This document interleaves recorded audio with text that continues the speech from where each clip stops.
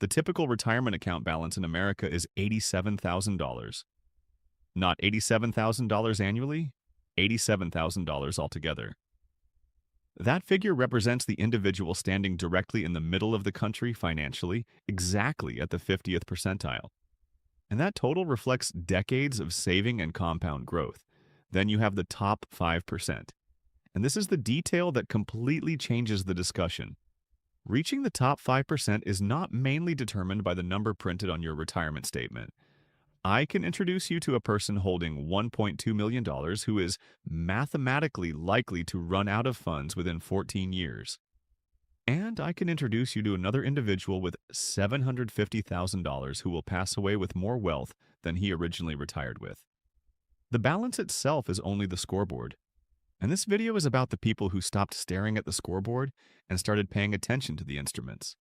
54% of households in the United States have no retirement savings at all. Not inadequate savings? Absolutely none. That statistic comes directly from the Federal Reserve's survey of consumer finances. Among the people who are saving, 58% told Bankrate in its 2025 retirement study that they are behind schedule. In fact, only 35% of adults who have not yet retired informed the Federal Reserve in its 2025 Shed report that their retirement savings were progressing appropriately. In 2021, that figure stood at 40%. The trend is moving backward. Meanwhile, somewhere in the country right now, somebody is reassuring their husband or wife that they are basically prepared for retirement because they have been contributing to a 401k for 7 years. Their account balance sits at $42,000. Their spouse agrees confidently. The three indicators I am about to walk you through are not connected to salary. They are not based on luck. They are not determined by which stocks you purchased in 2020. They are about three exact instruments the top 5% use to navigate retirement. Instruments that the vast majority of Americans preparing for retirement have never implemented and in some cases have never even heard about. One of these instruments is going to reveal something about the first decade of retirement that your financial advisor has probably never explained. And it completely changes the definition of what having enough really means.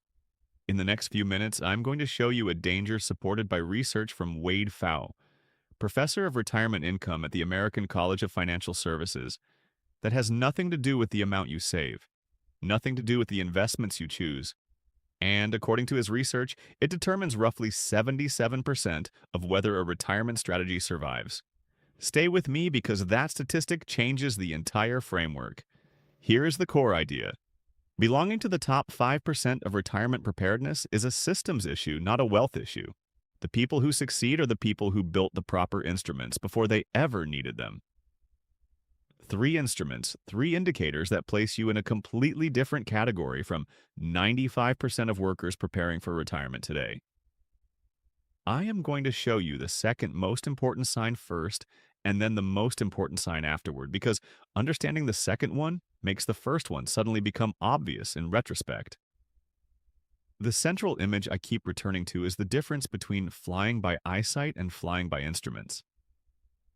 Piloting an airplane visually works in good weather during daylight, with no clouds and short travel distances. It is known as visual flight rules. You look out the windshield, locate the horizon, keep the aircraft steady, and it functions perfectly until it doesn't. The second clouds appear, you need instruments, airspeed, altitude, climb rate, direction. Without them, a pilot loses orientation within about 60 seconds. You think the plane is climbing while it is descending. You believe you are level while actually entering a spiral. The aircraft has no awareness that you are disoriented. It simply obeys physics. Most people manage retirement exactly that way.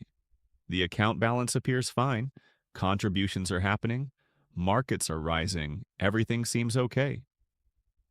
The three indicators in this video are your instruments.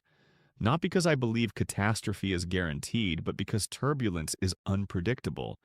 And the pilots who survive difficult weather are the ones already using instruments before conditions changed. Before we reach the sign that most people find genuinely disturbing, Let me begin with one that initially sounds overly simple and then show you the hidden mechanism underneath it that very few people fully understand. Goldman Sachs released its 2025 retirement survey in October of last year. The company surveyed 5,112 working and retired Americans. The key finding that matters here is this: people Goldman classified as having high financial grit retired with 49% more savings than people with low financial grit, even when both groups earned identical incomes. Read that again. 49% more.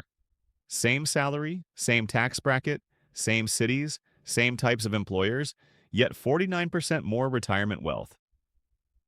Goldman describes financial grit as a combination of three exact behaviors: contributing consistently regardless of market conditions, automatically reinvesting dividends, and remaining invested when headlines make remaining invested feel irrational. None of those behaviors require genius-level intelligence. None require advanced knowledge of economics. They require a system that removes emotional decision-making from the human being and transfers it to automation. And here's why that matters. 70% of workers in Goldman's survey reported stress or uncertainty while managing retirement savings. Stress is statistically the exact moment savers either stop contributing, sell investments, or move money into bonds. Each of those choices feels sensible in the moment. Every one of them compounds silently against you over the next 2 decades. There is a man I will call Paul. He is 44 years old, works in marketing, and earns $110,000 annually. His coworker David earns the exact same amount and has access to the same 401k with the same company match. Paul has monitored his retirement balance during every major market event since 2016. He did not completely sell during 2020, but he shifted part of his portfolio into bonds in February.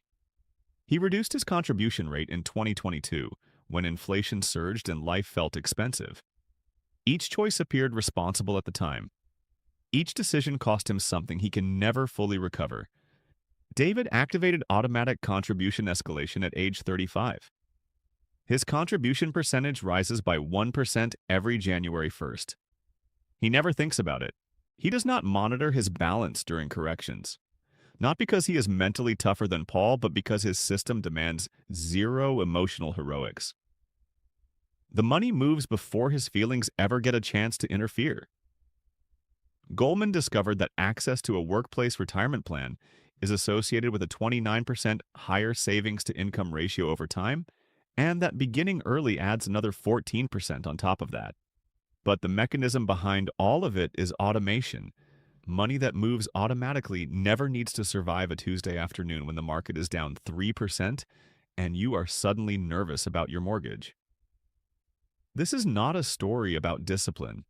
It is a story about systems design. The top 5% are not more disciplined than everybody else. They simply created stronger default settings. Fidelity data shows the average total contribution rate, employee plus employer combined, reached a record 14.3% in 2025. BlackRock's 2025 retirement survey found the median savings rate actually fell from 12% in 2022 to 10% in 2025. The people pulling the averages upward are pulling extremely hard. The gap between systematic savers and everyone else continues widening. Most people assume the issue is that Americans do not know they should save more. But the real issue is that the decision to save competes every month against every financial pressure in a person's life. The top 5% removed that competition entirely.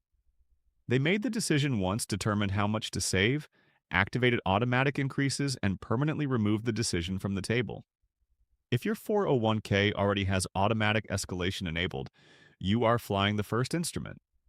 If it does not, then everything else in this discussion is sitting on top of a structure with a known weakness. By the way, subscribe if this information is useful to you. Otherwise, the YouTube algorithm may never place these videos in front of you again. In the next section, I am going to show you the retirement risk that affects every person with a portfolio who plans to withdraw from it, is almost never specifically addressed inside a traditional financial plan, and has nothing to do with long-term average market returns. It has everything to do with what the market does first. This is where the conversation becomes genuinely uncomfortable. And I do not say that for dramatic effect. I say it because the research itself is uncomfortable. And I would rather you discover it now than at age 63. Here is the comparison. Two pilots, identical aircraft, identical fuel levels, identical destinations, identical weather forecast during takeoff. 300 miles into the trip, an unexpected storm appears. Pilot 1 encounters the storm during hour 1 while flying low, carrying a full load and still climbing. He burns fuel simply trying to stabilize the plane, drains his reserves, and lands 80 miles short of his destination. Pilot 2 reaches the exact same storm during hour 4. He is already at cruising altitude with speed stabilized and reserve fuel intact. He lands comfortably. Same storm, same aircraft, same fuel. Completely different outcomes because of when the turbulence arrived during the flight. That is sequence of returns risk, and it is the single most underestimated concept in retirement planning. Here is the mechanism. During your working years, if the market falls 20%, you lose 20% of your current balance. Painful? Yes, but recoverable. You continue contributing at cheaper prices, which improves your long-term cost basis. Your future self actually benefits from the temporary decline. The math partially works in your favor while you're still adding money. But once withdrawals begin, the math reverses. Now, when the market falls 20%, you are forced to sell investments at lower prices to fund your lifestyle. Every dollar withdrawn during a downturn is a dollar that never participates in the recovery. You are not buying the dip anymore. You are selling into it, withdrawing cash for groceries and bills while expecting the remaining investments to somehow recover everything that disappeared. They cannot. There are not enough shares remaining. Research from Wade Pafau, professor of retirement income at the American College of Financial Services, quantified this directly. The compounded return during the first 10 years of retirement determines approximately 77% of the final retirement outcome. Not a majority, not most. 77%. Determined during your opening decade of withdrawals. Two retirees, Lucky Larry and Unlucky Lucy, both retire with $1 million. Both intend to withdraw $50,000 annually, adjusted upward 3% each year for inflation. Both portfolios earn the exact same average annual return of 7% across 10 years. The only difference is the sequence of those returns. Larry experiences strong market years first. Lucy experiences weak market years first. After 10 years, according to research from financial planning firm Enough FP, Larry's portfolio remains healthy at roughly $1.2 million. Lucy's portfolio, despite earning the same average return, falls to around $535,000. She is on pace to run out of money before retirement ends. Larry is not.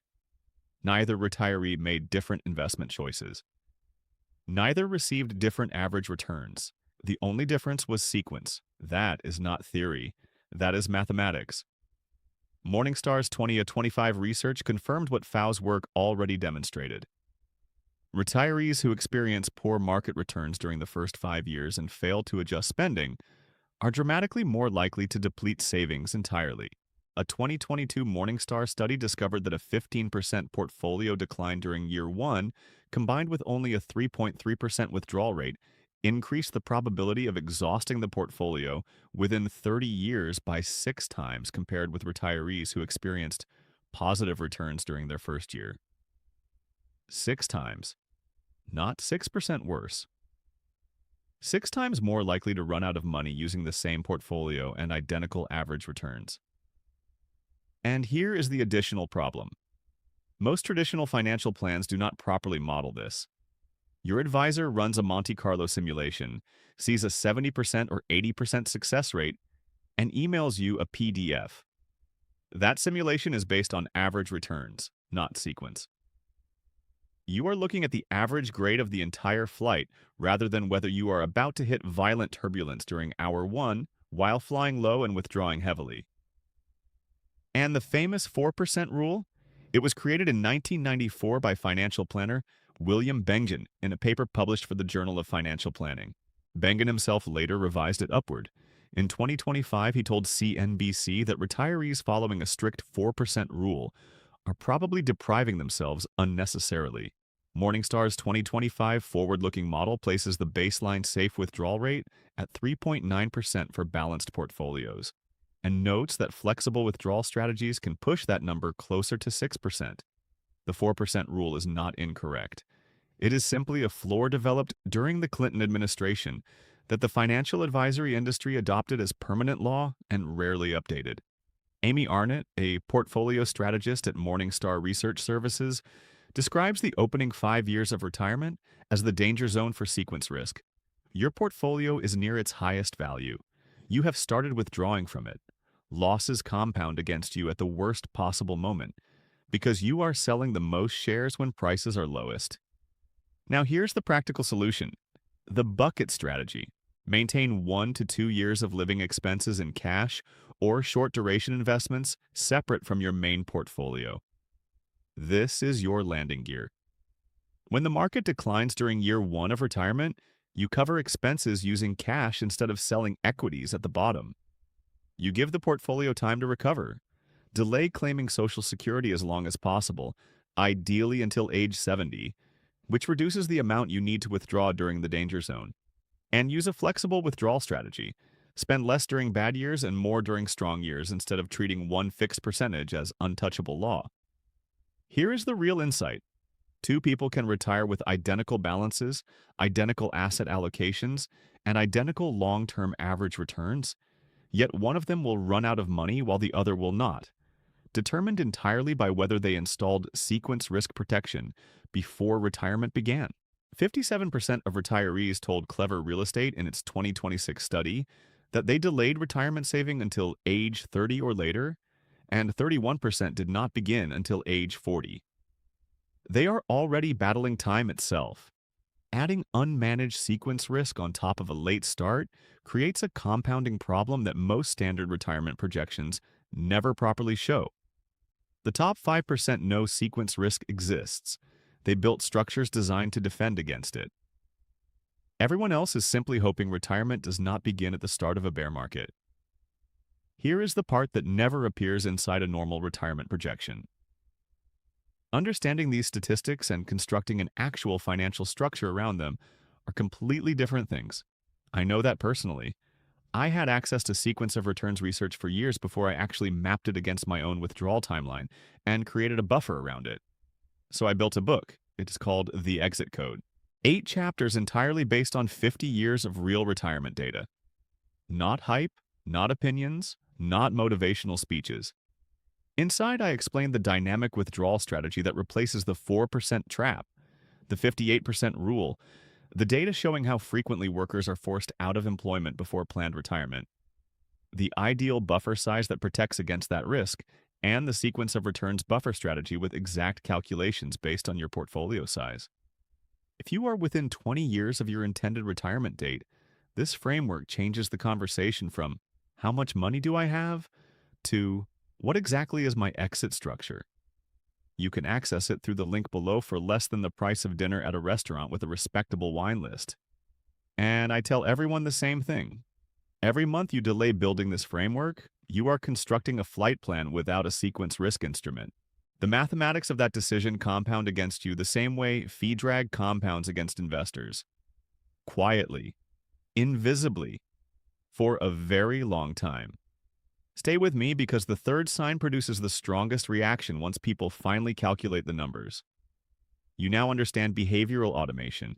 You now understand sequence risk. Now we move to the third instrument, the one where the top 5% are operating from data most people have never actually calculated for themselves. Fees. More specifically, fee drag. And I am going to show you what it costs in real dollars because percentages are designed to appear harmless. The standard financial advisor fee is 1% of assets under management each year. 1%. That sounds tiny until you calculate it across actual decades. Here is the math. Start with a $500,000 portfolio. Assume 7% annual returns. With no advisory fee whatsoever, research published by Truthify.com shows that after 20 years, the portfolio grows to roughly $1.93 million. Now add a 1% yearly fee.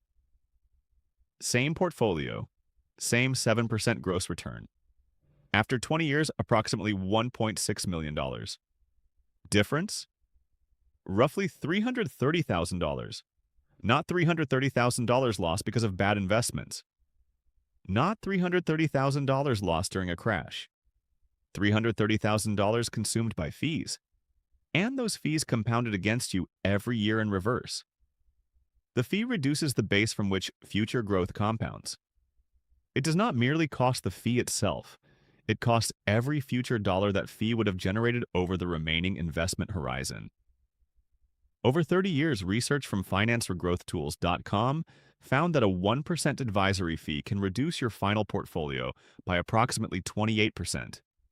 Not $28,000, 28% of everything you built. If you were projected to retire with $1 million under a 1% fee structure, you should have accumulated approximately $1.39 million. That missing $390,000 did not disappear because markets failed. It disappeared because fees compounded quietly for decades, and it compounds even further. The typical 1% advisor fee is often layered on top of mutual fund expense ratios. If your advisor placed you in actively managed funds averaging 0.6% in expenses, your total yearly fee drag becomes 1.6%. Research from White Cloud Wealth Management shows that a 2% total fee structure over 25 years can cost roughly $1 million in lost wealth compared with a low-fee alternative portfolio. $1 million. Same starting balance, same market returns, different fee structure. And your advisor, by the way, remains deeply committed to helping you build wealth. He thinks about it passionately every Tuesday between the 14th and 15th holes on the golf course. Very dedicated professional. There is a man I will call Robert. He owned a small construction company for 20 years. By age 52, he had accumulated approximately $650,000 across a rollover, IRA, and a brokerage account. He had worked with the same advisor since age 34. Strong relationship. Trusted him completely. Never specifically reviewed the fees. When Robert finally calculated everything, the 1.1% advisory fee combined with the average expense ratio on his mutual funds totaled roughly 1.7% annually on $650,000. That equals about $11,000 each year. During a year when his portfolio returned 8% gross, he actually kept only 6.3% net. When we modeled the compounding effect of that fee drag across the previous 18 years, including the lost growth from money that could have remained invested, the cost exceeded $180,000. Not because of bad stock picks, not because of market timing, because of fees he had never fully audited. Robert renegotiated. He moved into index funds within the same account structure, reducing his average fund expense ratio from 0.6% to 0.07%, and transitioned to a flat fee planning arrangement for actual financial advice. His yearly cost fell from around $11,000 to slightly below $4,000. His balance did not instantly change, but his trajectory changed because he finally installed the instrument and started operating from actual numbers instead of assumptions. The framework for auditing this is built on 3 questions. First, what is your complete annual fee percentage, meaning your advisor fee plus the average expense ratio of your investments? Not one or the other. Both. Second, can you point to a measurable benefit those fees create in terms of tax savings, higher returns, or planning outcomes? Not vague phrases like peace of mind. Actual measurable value. Third, have you modeled what a lower cost equivalent strategy would look like over 20 years using your present balance and contribution rate? If the answer to any of those questions is no, then you do not possess an instrument. You are wearing a blindfold over the fuel gauge. This is where the subplot I hinted at earlier finally resolves. I mentioned a friend, a business owner in his late 40s, who called me after reviewing a quarterly statement. The balance looked healthy. He sounded relaxed. I asked him 3 questions. First, automatic escalation. He had contributed the same fixed amount for 6 years. He planned to increase it later when life felt more comfortable. This is exactly the Goldman Sachs financial vortex problem. Housing, healthcare, childcare, and college costs have risen faster than wages since the early 2000s. More comfortable is a moving target that rarely arrives. A retirement system cannot wait for emotional permission. Second, sequence risk protection. After I mentioned it, he researched it himself. He had never built one. His retirement plan was simply to be careful with withdrawals after retiring at age 62. That is not a structure. That is vague optimism disguised as a plan. Third, total fee structure. He knew his advisor charged 1%. He did not know his fund expense ratios. When we combined everything, his total annual drag was approximately 1.4% on a $580,000 portfolio. Around $8,100 per year. His immediate response was, "That's more than my car payment." During the following month, he made 3 changes. He activated 1% annual automatic escalation. He placed 18 months of projected retirement expenses into a liquid cash reserve separate from his portfolio as a sequence risk buffer. And he renegotiated into a flat fee planning structure, moved to lower cost index funds, and reduced his annual fee drag below 1% with complete transparency on every component. His balance did not suddenly increase. His retirement date did not shift. But for the first time since opening those accounts, he was flying with instruments. Let me show you one final case study that makes this tangible. Maria is 48 years old, earns $95,000 annually, and has accumulated $280,000 across her 401k and Roth IRA.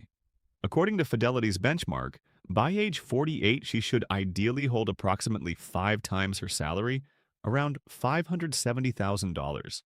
She is behind the benchmark. But the benchmark misses the important part. Maria has automatic contribution escalation activated at 1% per year and has maintained it for 4 consecutive years. She never checks her account during corrections. Goldman Sachs would classify her as a high financial grit saver. Sign 1.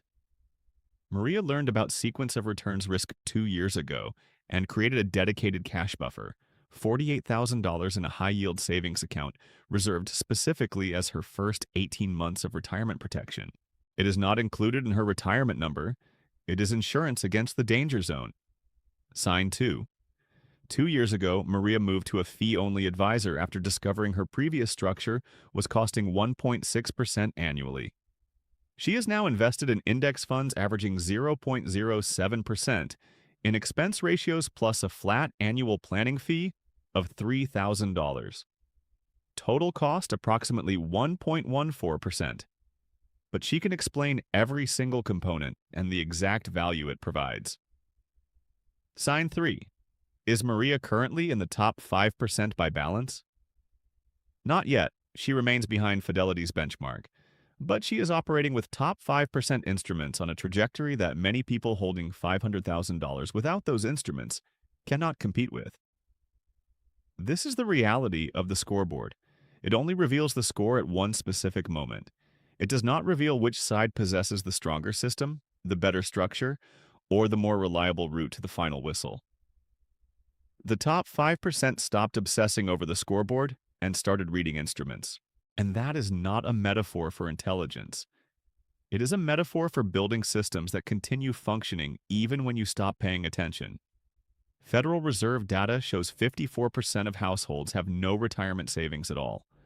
The median balance is $87,000. According to Kiplinger, the amount Americans believe they need to retire comfortably in 2026 is $1.46 million. That creates a gap of roughly $1.37 million. And according to the National Institute on Retirement Security, 79% of working-age Americans, nearly 4 out of 5, believe the nation faces a retirement crisis. They are correct. But the crisis is not mainly that people earn too little. The crisis is that people are flying visually and calling it a retirement strategy. 3 exact takeaways from this video, directly tied to the 3 instruments. First, if your 401k does not currently have automatic contribution escalation enabled, activate it before closing this video. 1% per year.